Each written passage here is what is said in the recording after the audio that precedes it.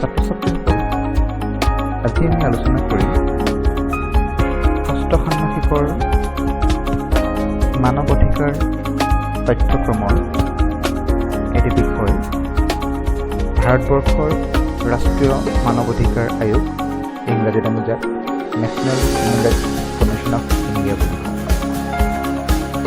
প্ৰথমেই চাওঁ আহা নেশ্যনেল হিউমেন ৰাইটছ কমিশ্যন কি? The National Human Rights Commission of India is a statutory public body. অৰ্থাৎ ভাৰতবৰ্ষৰ ৰাষ্ট্ৰীয় মানৱ অধিকাৰ আয়োগ ভাৰত চৰকাৰৰ এক বিধিগত অনুষ্ঠান বা আয়োগ। 1993 চনৰ protection of human rights ordinance নামৰ অধ্যাদেশখনৰ জৰিয়তে 1993 চনৰ 12 অক্টোবৰৰ দিনটোত ৰাষ্ট্ৰীয় মানৱ অধিকাৰ আয়োগ গঠন কৰা।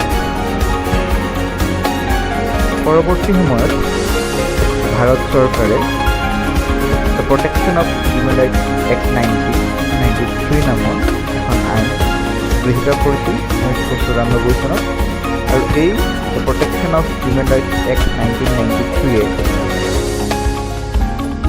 ৰাষ্ট্ৰীয় মানৱ অধিকাৰ আয়োগক এক বিধিগত অনুষ্ঠানলৈ ৰূপান্তৰিত কৰিছিল।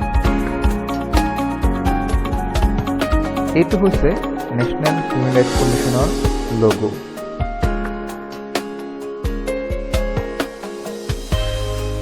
এতিয়া চাওঁ আহা নেশ্যনেল হিউমেন ৰাইটছ কমিশ্যনৰ দায়িত্ব কি?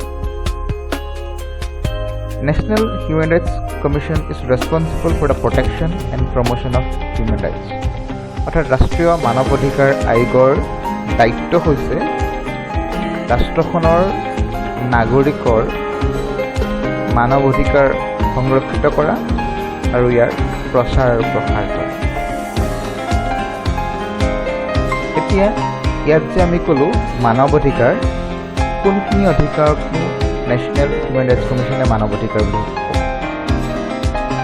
1993 চনৰ the protection of human rights এক্টে কৈছে যে rights relating to life, liberty, equality and dignity of the individual guaranteed by the Constitution or embodied in the international covenants and enforceable by courts in India.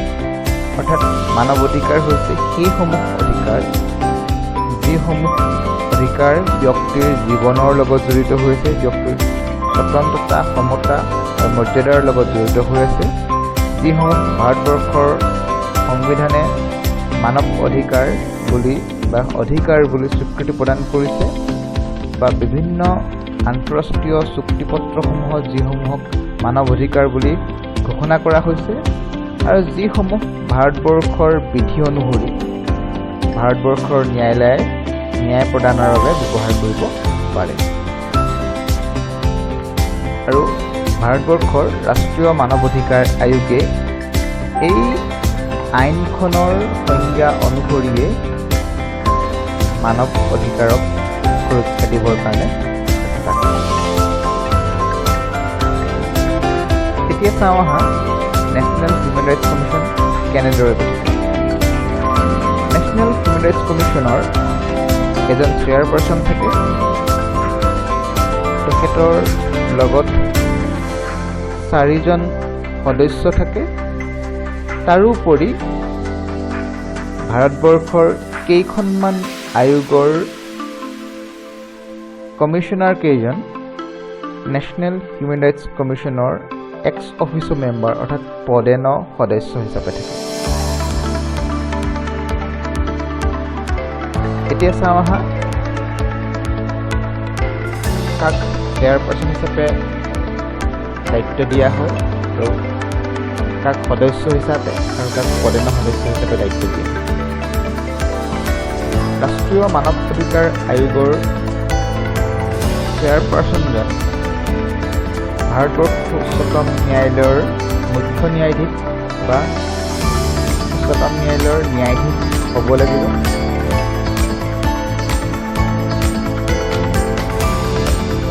ইয়াৰ উপৰিও সদস্যকেইজনৰ ক্ষেত্ৰতো যদি চাওঁ আমি দেখিম যে এজন সদস্য ভাৰতবৰ্ষৰ উচ্চতম ন্যায়ালয়ৰ ন্যায়াধীশ হ'ব লাগিব আৰু এজন সদস্য ভাৰতবৰ্ষৰ ৰাজ্যসমূহত থকা উচ্চ ন্যায়ালয়ৰ মুখ্য ন্যায়াধীশ হ'ব লাগিব। ইয়াৰ বাহিৰেও এই আয়োগত আন দুজন সদস্য থাকে, যি দুজন সদস্যৰ মানৱ অধিকাৰ সম্পৰ্কে অভিজ্ঞতা আছে বা জ্ঞান আছে, ইয়াক আমি মানৱ অধিকাৰৰ বিশেষজ্ঞ বুলি ক'ব পাৰোঁ। এই সদস্যসকলৰ অতি কমেও এগৰাকী মহিলা হোৱাটো বাধ্যতামূলক। ইয়াৰ উপৰিও national commission for scheduled caste, national commission for scheduled tribe, national commission for women, national commission for minorities, national commission for backward classes, national commission for protection of child rights আৰু chief commissioner for the person with disabilities এই আয়োগৰ প্ৰধান সদস্য হিচাপে দায়িত্ব। বৰ্তমান আমি যদি চাওঁ justice L Dattu national human rights কমিশ্যনৰ চেয়াৰপাৰ্চন আৰু এইকেইজন হৈছে নেশ্যনেল হিউমেন ৰাইটছ কমিশ্যনৰ বৰ্তমান 5 মে 2024 সদস্য। এজন সদস্যৰ পদ এতিয়া খালী হৈ আছে। এইকেইজন এক্স অফিচৰ মেম্বাৰ আৰু স্পেচিয়েল ইনভাইটি হিচাপে বৰ্তমান আছে শ্ৰুতি কাচ্চাৰ।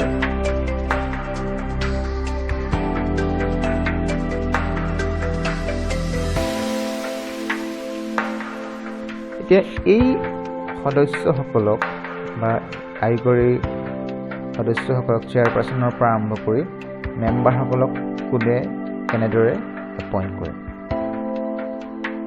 The protection of human rights act 1993 যিখন এক্ট, সেই এক্টখনৰ ছেকশ্যন 2, ছেকশ্যন 3 আৰু ছেকশ্যন 4ত নেশ্যনেল হিউমেন ৰাইটছ কমিশ্যনৰ সদস্যসকলৰ চেয়াৰপাৰ্চনৰ এপইণ্টমেণ্ট সম্পৰ্কে নিয়োগ সম্পৰ্কে উল্লেখ আছে। তাত কৈছে যে নেশ্যনেল হিউমেন ৰাইটছ কমিশ্যনৰ চেয়াৰপাৰ্চনজন আৰু অন্যান্য সদস্যসকলক ভাৰতবৰ্ষৰ ৰাষ্ট্ৰপতিয়ে নিয়োগ কৰিব। অৱশ্যে ৰাষ্ট্ৰপতিয়ে সেই ব্যক্তিসকলক নিয়োগ কৰাৰ ক্ষেত্ৰত এখন সমিতিৰ পৰামৰ্শ মানি চলে আৰু এই সমিতিখন গঠিত হয় এজন চেয়াৰপাৰ্চন আৰু কেইজনমান সদস্যৰে। ভাৰতবৰ্ষৰ প্ৰধানমন্ত্ৰী এই এপইণ্টমেণ্ট কমিটিখনৰ চেয়াৰপাৰ্চন, লগত সদস্য হিচাপে ভাৰতবৰ্ষৰ গৃহমন্ত্ৰী থাকে। ভাৰতবৰ্ষৰ লোকসভাৰ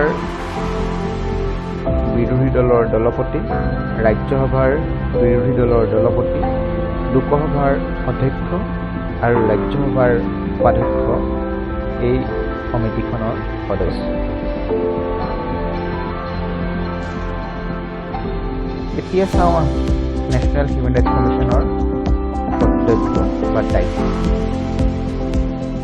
নেশ্যনেল হিউমেন ৰাইটছ কমিশ্যনে ভাৰত চৰকাৰে মানৱ অধিকাৰ ভংগ কৰিছে নেকি তাক ইনকুৱাৰী কৰে আৰু লগতে কোনো পাব্লিক চাৰ্ভেণ্টে, চৰকাৰী কৰ্মচাৰীয়ে মানৱ অধিকাৰ ভংগ নেগলেক্ট কৰিছে নেকি সেই কথাও ইনকুৱাৰী কৰে। ইয়াৰ লগতে নেশ্যনেল হিউমেন ৰাইটছ কমিশ্যনে মানৱ অধিকাৰ প্ৰটেক্ট কৰিবলৈ চেষ্টা কৰে, সুৰক্ষা দিবলৈ চেষ্টা কৰে আৰু কেনেদৰে মানৱ অধিকাৰ ভালদৰে ইমপ্লিমেণ্ট কৰিব পৰা যায়, সকলো ব্যক্তিয়ে নিজৰ অধিকাৰ কৰিব পাৰে, তাৰ কাৰণে বিভিন্ন ধৰণৰ পৰামৰ্শ আছে।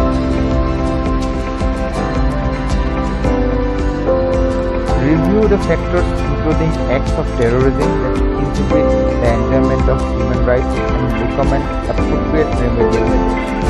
অৰ্থাৎ সন্ত্ৰাসবাদীৰ কোনো কাৰ্যই মানৱ অধিকাৰ ভংগ কৰিছে নেকি পুনৰীক্ষণ কৰে আৰু বিভিন্ন সময়ত কেনেকৈ সন্ত্ৰাসবাদীয়ে মানৱ অধিকাৰ ভংগ কৰাত বাধা দিব পৰা যায় তাৰ কাৰণে বিভিন্ন ধৰণৰ পৰামৰ্শ আগবঢ়ায়।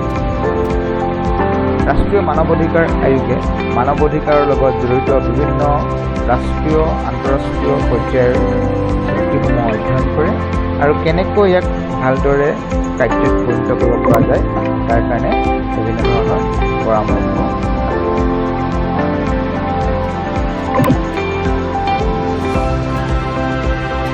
ইয়াৰ লগতে নেশ্যনেল হিউমেন ৰাইটছ কমিশ্যনে মানৱ অধিকাৰৰ লগত জড়িত গৱেষণাক প্ৰমোট কৰিবলৈ চেষ্টা কৰে। বিভিন্ন সময়ত গৱেষণা নিজেও কৰে বা আন কোনো ব্যক্তিয়ে গৱেষণা কৰিলে তেওঁলোকক বিভিন্ন ধৰণে সহায় কৰে। নেশ্যনেল হিউমেন ৰাইটছ কমিশ্যনে কাৰাগাৰসমূহ পৰিদৰ্শন কৰে আৰু তাত কাৰাগাৰত থকা ব্যক্তিসকলৰ মানৱ অধিকাৰ ভংগ হৈছিল তাক ইয়াৰ লগতে মানৱ অধিকাৰৰ ক্ষেত্ৰত যাতে সজাগতা বৃদ্ধি পায়, মানুহ যাতে সচেতন হয়, তাৰ কাৰণে মানৱ অধিকাৰ শিক্ষা প্ৰচাৰৰ কাৰণেও নেশ্যনেল হিউমেন ৰাইটছ কমিশ্যনে কাম কৰে। Engage in human rights education among various sections of society and promote awareness of the safeguards available for the protection of these rights through publication, the media, seminars and other available means. যিবোৰ উপায় আছে পাব্লিকেশ্যনৰ জৰিয়তে প্ৰকাশ কৰি পেলাই সংবাদ মাধ্যমৰ জৰিয়তে আলোচনা চক্ৰ পাতি মানৱ অধিকাৰ শিক্ষাৰ প্ৰচাৰ প্ৰসাৰৰ কাৰণে ৰাষ্ট্ৰীয় মানৱ অধিকাৰ আয়োগে চেষ্টা কৰে। ইয়াৰ উপৰিও কোনো স্বেচ্ছাসেৱী সংগঠনে যদিহে মানৱ অধিকাৰৰ কাৰণে কাম কৰি আছে তেওঁলোকক এনকাৰেজ কৰে, উৎসাহ জনায় আৰু বিভিন্ন সময়ত তেওঁলোকক সহায় কৰে। ইয়াৰ উপৰিও ৰাষ্ট্ৰীয় মানৱ অধিকাৰ আয়োগে মানৱ অধিকাৰ সুৰক্ষাৰ কাৰণে যিবোৰ পদক্ষেপ ল'ব লাগে সেই পদক্ষেপসমূহ লোৱা দেখা যায়। এইখিনিয়ে হৈছে ৰাষ্ট্ৰীয় মানৱ অধিকাৰ আয়োগৰ প্ৰধান কৰ্তব্য। যিদৰে সৰ্বভাৰতীয় পৰ্যায়ত ৰাষ্ট্ৰীয় মানৱ অধিকাৰ আয়োগ আছে, ঠিক সেইদৰে ৰাজ্যসমূহতো ৰাজ্যৰ বাসিন্দাৰ অধিকাৰ সুৰক্ষা কৰিবৰ কাৰণে কিছুমান ৰাজ্যত ৰাষ্ট্ৰীয় মানৱ অধিকাৰ আয়োগৰ দৰেই ৰাজ্যিক মানৱ অধিকাৰ আয়োগ আছে। উদাহৰণস্বৰূপে আসাম হিউমেন ৰাইটছ কমিশ্যন বা অসম মানৱ অধিকাৰ আয়োগ। আৰু এই অসম মানৱ অধিকাৰ আয়োগৰ গঠনো ৰাষ্ট্ৰীয় মানৱ অধিকাৰ আয়োগৰ দৰেই সম্পূৰ্ণ একে নহ'লেও প্ৰায় একে। তোমালোকে অধ্যয়ন কৰিলেই বুজি পাবা। আৰু ইয়াৰ কৰ্তব্যও একে। ৰাজ্যখনৰ বাসিন্দাসকলৰ মানৱ অধিকাৰ কেনেদৰে সুৰক্ষিত কৰিব পৰা যায়, চৰকাৰী পক্ষৰ অৱহেলাৰ কাৰণে যাতে মানৱ অধিকাৰ ভংগ নহয়, মানৱ অধিকাৰৰ প্ৰসাৰ প্ৰচাৰৰ কাৰণে যাতে কাম কৰিব পৰা যায়, এই কথাবোৰ ৰাজ্যিক মানৱ অধিকাৰ আয়োগসমূহে চকু দিয়ে। এইখিনিয়েই national human rights commission of ইণ্ডিয়াৰ বিষয়ে জানিবলগীয়া প্ৰধান কথা। আশা কৰোঁ তোমালোকে কথাখিনি বুজি পাইছা। যদিহে বুজি পাইছা মোক জনাবা, যদি বুজি পোৱা নাই তেতিয়াও জনাবা। মই যদি বুজি পোৱা নাই আকৌ এবাৰ বুজাই দিবলৈ